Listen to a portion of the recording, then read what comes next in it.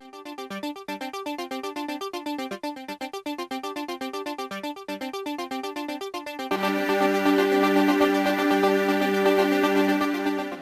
is freedom from big government that will grant us the opportunity to succeed in the race of life through our own blood, sweat, and tears. Affirmative action is a tool of big government to try to guarantee not opportunity, but results, and it is flawed in its concept and application. Okay, I'd like to welcome all of you to the John Marshall Law School and to our debate this afternoon. The rules of the debate are we're going to hear a speaker for the pro side of affirmative action in employment and education, which are obviously the two major areas where affirmative action comes into play. And then we'll hear a con. Each speaker will speak for 10 minutes. And then at the end, we will have plenty of time for questions and answers and general discussion.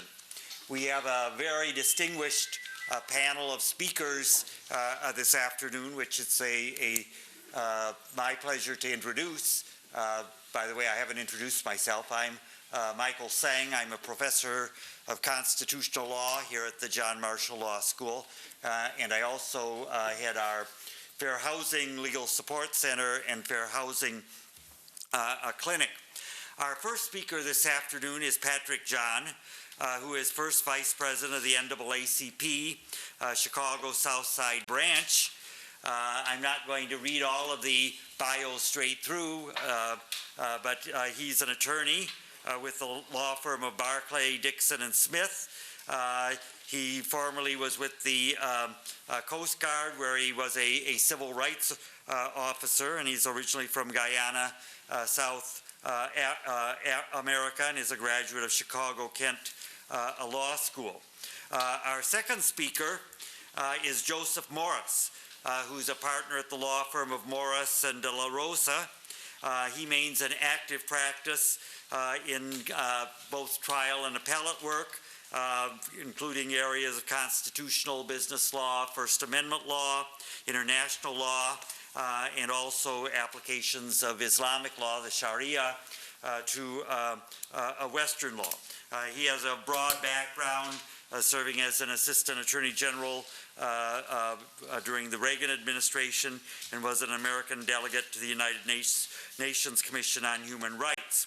Our third speaker is Anthony Anderson, who's a Republican committeeman from Boone County. He is a Marine Corps veteran. He works for the Illinois Department of Corrections and is a member of the Illinois Republican Party Minority Outreach Committee. And finally, our last speaker is Dr. Eric Wallace. Dr. Wallace has his postgraduate degrees in biblical studies and has a varied and wide publishing history. He's president of CEO of Wallace Publishing and Computer Graphics and has served on the African American Advisory Board for the Republican National Committee and is former chairman of the African American Republican Council of Illinois. So I'm going to turn this over first to Patrick John, who will begin the debate. Thank you.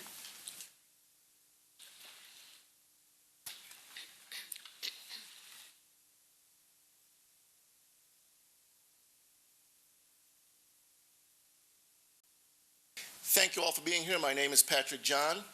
Me and my debate partner, Anthony Anderson, will today argue for the proposition that affirmative action is justified today.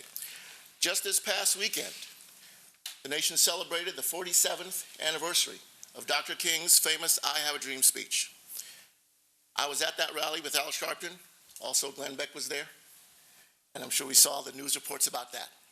Let me say at the outset, what an appropriate time for us to be talking about this topic so close to the anniversary of Dr. King's I Have a Dream speech. But one of the things I noticed is that often the critics of affirmative action will selectively quote Dr. King. They will take one sentence that he wants everyone to be judged by the content of their character, not the color of their skin, and use that as though Dr. King was against affirmative action. But I want to read for you what Dr. King wrote in his own words in his books. For example, in his book of 1963, Why We Can't Wait, Dr. King says this: "Whenever this issue of compensatory or preferential treatment is raised, some of our friends recoil in horror. The Negro is to be granted equality, they agree, but should not ask for anything more.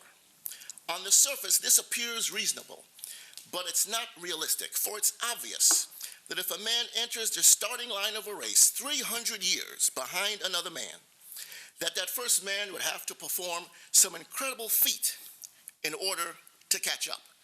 That's what Dr. King said in 63. And in 67, he said this, that white America must assume the guilt for the black man's inferior status. Affirmative action is justified for three reasons. One is compensation for past wrongs. Two, to remedy current ongoing discrimination. And three, because of the near impossibility of effectively administering equal rights laws today. Black people came to this country in 1619.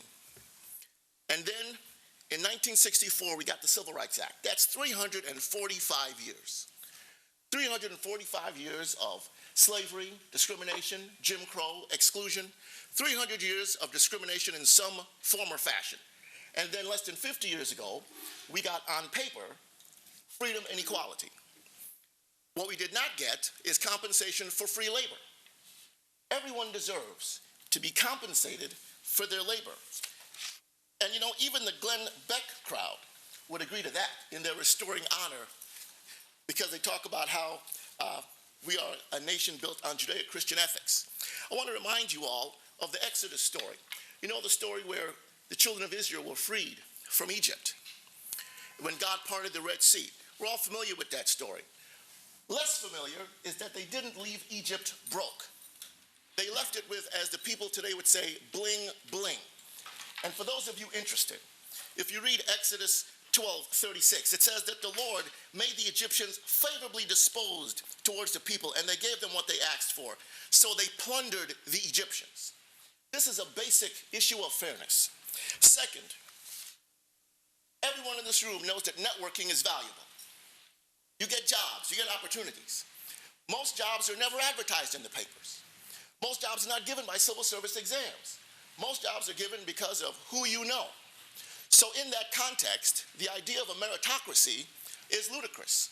I'm sure everyone here has gotten a job or opportunity just because they happened to be at the right place at the right time and knew the right person. And an opportunity was planted on them. We don't just get a test and get a job. The world is not one big civil service exam. So those who argue against affirmative action and say that it's against meritocracy, they're claiming a meritocracy that we all know don't exist. There is current ongoing discrimination. Did you all hear about George Wilborn? He's a black comedian. He tried to buy a home in Bridgeport last week, offered $1.7 million. Department of Justice is looking into the allegations because supposedly, even though he had $1.7 million, the white owners did not want to sell to a black person. That's last week. That's not 200 years ago. I don't know if you all know this, but Richard Nixon, when he began affirmative action in federal government programs in the 70s, said that the reason he did it is because of the impossibility of enforcing equal rights laws, that the unions especially were discriminating so rampantly that he couldn't fix it. So he didn't come up with quotas, he came up with goals. He started telling people, if you want federal contracts, you've got to hire a certain percentage of minorities, because it's simply almost impossible to enforce the laws. Let me give you an example. Imagine if you went to apply for a job. Do you know if you get turned down, the person that got the job, do you know what their qualifications were? When you're working at a job, do you know if you're the victim of pay discrimination? Do you know what your co-workers make? Did you all hear about a lady named Ledbetter? About a year ago, this woman had a equal pay discrimination case. She worked for a company for many years. She was being paid less than men. She didn't know anything about it until a man told her, you know, I think they're kind of stiffing you. And that's when she knew. She'd been getting paid less for decades. So the truth is, given that we have privacy rights, in many instances, For a victim to make a claim is difficult, almost nigh impossible. So what affirmative action does is simply a little bit, just a little bit, helps to redress some of the ongoing current discrimination. If anything, it doesn't go far enough. It doesn't go far enough. But one definitely can't say that after 345 years of being disadvantaged, that to give a group just a slight little edge is unfair to anyone. And let me end, am I okay, timekeeper? Okay. And let me end with this ironic story, because it tells the nature of the history of America with the issue of race. During the American Revolution, 20% of the revolutionary soldiers were black. George Washington did not want to use black soldiers at first, because obviously he did not want to put guns in the hands of slaves. But there was a British general in Norfolk, Virginia, who made this offer. The first Emancipation Proclamation, he says, I will offer to any slaves that come and fight for England freedom. Of course, slaves started running from the plantations to go to British forts. Then Washington decided he needed to start using black soldiers, and so he did. In the meantime, Washington's own slaves were running away from him to get to the British. So were Jefferson's slaves, and I'm sure you've heard of Patrick Henry, give me liberty or give me death. Well, he had slaves. They ran too. They're all running for the British. So eventually, of course, the Americans won the war. So here is George Washington sitting down to negotiate the terms of peace with a British general. And one of the things that George Washington wanted was he wanted the British to agree to return those slaves who had fought for the British. Here's what's ironic, and they didn't return them. They sent some to Sierra Leone, and they sent some to Nova Scotia, and by the way, there is still a settlement of blacks in Nova Scotia, Canada today that are the descendants of black slaves who fought for England in the American Revolution. They didn't return the slaves, but here's what's ironic about that story. As George Washington was sitting there fighting for freedom and demanding that the slaves be returned to slavery as part of the negotiations, that dinner that he was having was being catered by a black man named Samuel Francis. Samuel Francis owned a restaurant in New York City called Francis Tavern. It's a place where George Washington and his top generals would go to talk and plan strategy. Now, what's the irony? So here's a black caterer catering a dinner for George Washington and the general, as George Washington argues that the slaves should be returned to slavery. But here's what's more interesting, that Samuel Francis had a daughter named Phoebe, and several years before this dinner, Phoebe Francis saved Washington's life. There was an assassination attempt, the British attempt to poison Washington, and Phoebe Francis got word of it and saved Washington's life. So this is the irony, and this is an example of how America has been on race. Thank you for listening.